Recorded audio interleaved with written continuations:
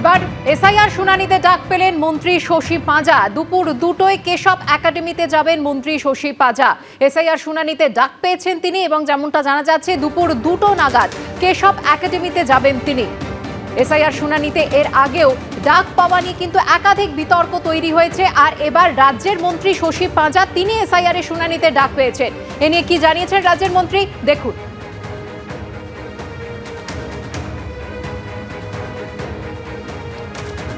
যেমনটা জানা যাচ্ছে আজ দুপুর 2টো নাগাদ কেশব একাডেমিতে যাবেন মন্ত্রী শশী পাঁজা। এসআইআর এর শুনানিতে ডাক পেলেন মন্ত্রী এবং তিনি দুপুর 2টো নাগাদ কেশব একাডেমিতে যাবেন। বিস্তারিত জানবো, কথা বলবো আমাদের প্রতিনিধি অর্ণব মুখোপাধ্যায়ের সঙ্গে। অর্ণব, দেখো, যেমনটা জানা যাচ্ছে মন্ত্রী শশী পাঁজা তাকে হিয়ারিং এ ডাকা হয়েছে।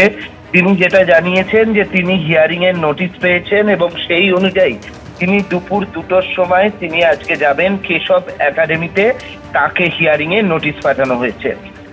কি কারণে হিয়ারিং এর নোটিশ পাঠানো হয়েছে সেটা এখনো জানা যায়নি, কিন্তু যেটা কুণাল ঘোষও জানিয়েছেন এবং শশী পাঁজাও যেটা জানিয়েছেন নিজে যে তাকে ডেকে পাঠানো হয়েছে এবং কেশব একাডেমিতে দুপুর 2টোর সময় তিনি আজকে হিয়ারিং এর শুনানিতে যাবেন।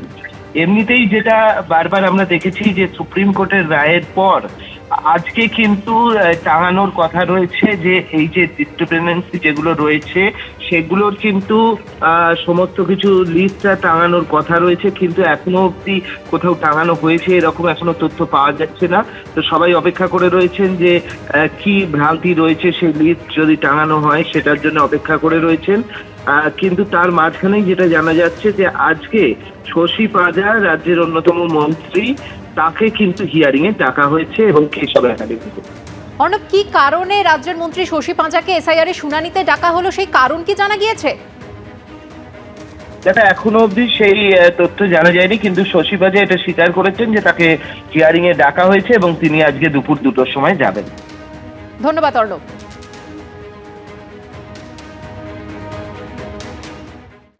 আত্মতুষ্টির কোনো জায়গা নেই। এসআইআর নিয়ে এবার ঝাঁপিয়ে পড়ার নির্দেশ দিলেন অভিষেক বন্দ্যোপাধ্যায়। শনিবার এমপি, এমএলএ, নেতা, পদাধিকারী মিলিয়ে প্রায় 1 লক্ষ প্রতিনিধির সঙ্গে ভার্চুয়াল বৈঠক করেন তৃণমূলের সর্বভারতীয় সাধারণ সম্পাদক। বুথ ভিত্তিক ভোট রক্ষা কমিটি তৈরি করে লজিক্যাল ডিসক্রিপেন্সি তালিকায় থাকা সবার কাছে পৌঁছে যাওয়ার নির্দেশ দিয়েছেন তিনি। বিজেপি অবশ্য এসব বিষয়ে গুরুত্ব দিতে নারাজ। কোন রকম আত্মতুষ্টি নয়, এসআইআর নিয়ে ঝাঁপিয়ে পড়ুন, তৈরি করুন বুথ ভিত্তিক ভোট রক্ষা কমিটি। লজিক্যাল ডিসক্রিপেন্সি তালিকায় থাকা সবার কাছে পৌঁছতে হবে। কয়েক মাসের মধ্যেই পশ্চিমবঙ্গে 26এর বিধানসভা যুদ্ধের মহারণ। তার আগে শনিবার সাংসদ, বিধায়ক, নেতা, পদাধিকারী মিলিয়ে প্রায় 1 লক্ষ প্রতিনিধির সঙ্গে ভার্চুয়াল মিটিংয়ে এমনই কড়া বার্তা দিলেন তৃণমূলের সর্বভারতীয় সাধারণ সম্পাদক।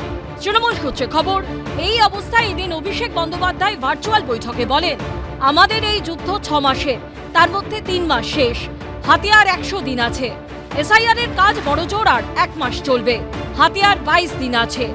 এই অবস্থায় তৃণমূলের সর্বভারতীয় সাধারণ সম্পাদক নির্দেশ দেন, প্রয়োজনে বুথ ভিত্তিক ভোট রক্ষা কমিটি হবে। নির্বাচন কমিশনের লজিক্যাল ডিসক্রিপেন্সি তালিকায় যারা থাকবেন তাদের কাছে পৌঁছে যান, একটা কেসও যাতে মিস না হয়।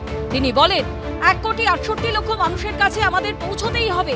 শুনানি করিয়ে তাদের নাম যেন চূড়ান্ত ভোটার তালিকায় বেরোয় এটা নিশ্চিত করতেই হবে।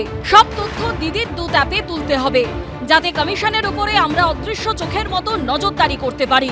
জেলা সভাপতি, জেলা চেয়ারম্যান ও সাংসদরা প্রতি 5 দিন অন্তর এই লজিক্যাল ডিসক্রিপেন্সি নিয়ে খোঁজ নেবেন। নির্বাচন কমিশন সারা দেশে যা কাজ করছে বাংলাতে একই কাজ করছে। কোনো নজরদারির কিচ্ছু দরকার নেই। যতই তারা ভাবুক যে এসআইআরকে ফাঁকি দেবে, এসআইআর বাংলায় হবেই এবং যাদের যাদের নাম বাদ যাওয়ার কথা আছে তাদের নাম বাদ যাবে। কিভাবে শুনানি করাতে হবে সেই নির্দেশও এদিন দিয়েছেন অভিষেক বন্দ্যোপাধ্যায়। সূত্রের খবর, বিএলএদের উদ্দেশ্যে তিনি বলেন, ভোটাররা যখন শুনানিতে যাবেন তখন তাদের সঙ্গে বিএলএরা অবশ্যই থাকবেন। যাদের শুনানি হয়েছে তাদের রিসিপ্ট দিতেই হবে। কয়েকটা দিন মানে দাঁতে দাঁত চেপে লড়াই, বিজেপির এত বড় একটা চক্রান্ত যেটা অন্য রাজ্যে তারা সফল হয়েছে এখানে আটকে যাচ্ছে, এই চক্রান্তটাকে প্রতিহত করতে সর্বশক্তিতে দিতে হবে। কোনো আত্মসন্তুষ্টির জায়গা নেই, অতিরিক্ত আত্মবিশ্বাসের জায়গা নেই। বর্তমানে এসআইআর নিয়ে রাজ্যে তুলকালাম চলছে। এই প্রেক্ষাপটে এদিন ফের কমিশনকে আক্রমণ করেছেন অভিষেক বন্দ্যোপাধ্যায়। তৃণমূল সূত্রে খবর। এদিন তিনি বলেছেন, অত্যন্ত দুঃখের বিষয়, এই 70-80 দিনে 126 জন মারা গেলেন। এর সবটাই অপরিকল্পিতভাবে এসআইআর এর কারণে। হোয়াটসঅ্যাপে নির্বাচন হয় না।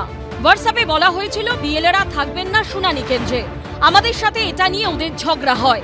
আমাদের দাবিকে মান্যতা দিয়েছে সুপ্রিম কোর্ট।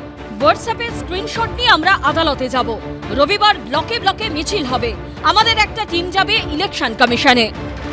ওনার নিকটাত্মীয় নিজেকে 100 দিয়েছিলেন, আর 26-এর নির্বাচনে ওনারা ভ্যানিশ হবেন। দুটো পাঞ্চ করে কেউ হয়তো ওনাকে বলেছিলেন, সেই জন্য 126 সংখ্যাটা উনি পেয়েছেন। এদিন উন্নয়নের পাঁচালী ভোটারদের কাছে আরো বেশি করে পৌঁছে দেওয়ারও নির্দেশ দেন অভিষেক বন্দ্যোপাধ্যায়। কৃষ্ণেন্দু অধিকারী ও শিবাশিস মৌলিকের রিপোর্ট, এবিপি আনন্দ। দল চেয়েছে তাই এমপি এমএলএ হয়েছেন। সিরিয়াসলি কাজ না করলে দলে রাখা হবে না। ভার্চুয়াল বৈঠক থেকে কড়া হুঁশিয়ারি দিলেন অভিষেক বন্দ্যোপাধ্যায়। আগে নির্দেশ দেওয়া হলেও এসআইআর নিয়ে তৈরি ওয়ার রুমের কাজ অনেক জায়গায় হচ্ছে না বলেও অভিযোগ করেন তিনি। 27 জানুয়ারি থেকে 15 ফেব্রুয়ারি অবধি প্রত্যেকটি ওয়ার রুম থেকে যাতে রিপোর্ট আসে, তার জন্য এদিন কড়া নির্দেশ দিয়েছেন তৃণমূলের সর্বভারতীয় সাধারণ সম্পাদক। সিরিয়াসলি কাজ না করলে দলে রাখা হবে না। এসআইআর নিয়ে নির্বাচন কমিশনের সঙ্গে তৃণমূলের সংঘাতের মধ্যেই এবার ভার্চুয়াল বৈঠকে দলের সাংসদ বিধায়কদের কড়া হুঁশিয়ারি দিলেন অভিষেক বন্দ্যোপাধ্যায়।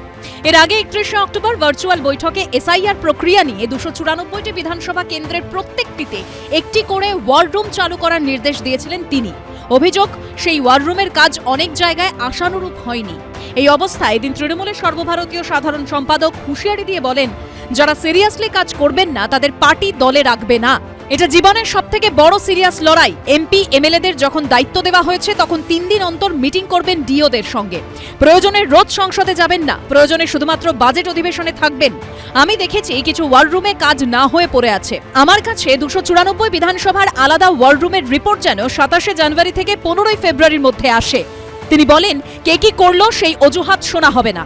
আত্মতুষ্টি বা ওভার কনফিডেন্সের জায়গা নেই। শীতঘুম ভেঙে জেগে উঠুন। এই 20 দিন লড়াই দিতে হবে।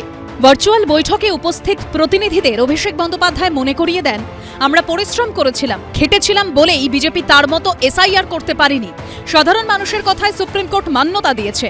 ওদের চক্রান্ত আমরা আটকে দিয়েছি, বিশেষ করে ফর্ম 7 নিয়ে। এই একই জিনিস দিল্লি, বিহার, মহারাষ্ট্র, হরিয়ানায় করেছে। ওরা ধরতে পারেনি, আমরা পরিশ্রম করে ধরেছি।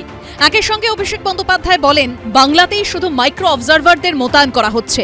এজন্যই আমরা বিজেপিকে বাংলা বিরোধী বলি। মাইক্রো অবজারভারদের জন্য লগ ইন করা হচ্ছে, এটা নিয়ে আমরা খোঁজ নিচ্ছি। বেআইনি কিছু হলে আমরা আদালতে যাব।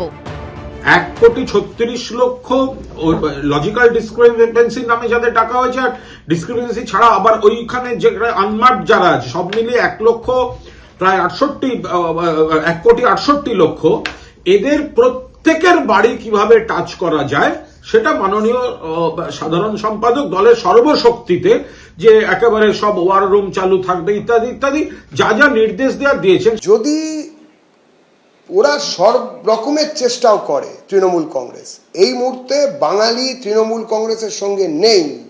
এই ব্যাপারটা শুধু প্রশাসনিকভাবে চালিয়ে যেতে পারছেন সরকারটাকে একটা পুলিশ স্টেট বানিয়ে।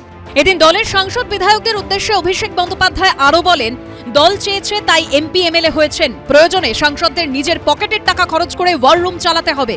আমরা অন্য দলের মতো সাংসদদের বেতনের 50% টাকা দলের জন্য নিই না। সাংসদদের উদ্দেশ্যে তৃণমূলের সর্বভারতীয় সাধারণ সম্পাদক আরো বলেন, ডিওদের ওপর চাপ বজায় রাখা আপনাদের কাজ। মানুষের ভোটের অধিকার যেন কেড়ে নিতে না পারে সেটা দেখতে হবে। তৃণমূল কংগ্রেসের কার্যকর্তারা বুঝে গিয়েছে যে আর তৃণমূল কংগ্রেসের দ্বারা এ রাজ্য চালানো সম্ভব নয়। সেই কারণে হতাশা এমন পর্যায়ে পৌঁছেছে, হাজার ভার্চুয়াল মিটিং করেও কিচ্ছু হবে না। এদিন অভিষেক বন্দ্যোপাধ্যায় জানান, আগামী বুধবার বাংলা আবাস যোজনা প্রকল্পে নতুন করে 20 লক্ষ মানুষকে বাড়ি দেবেন মমতা বন্দ্যোপাধ্যায়। কৃষ্ণেন্দু অধিকারী ও শিবাশিস মৌলিকের রিপোর্ট, এবিপি আনন্দ। এবিপি আনন্দ, এগিয়ে থাকে, এগিয়ে রাখে।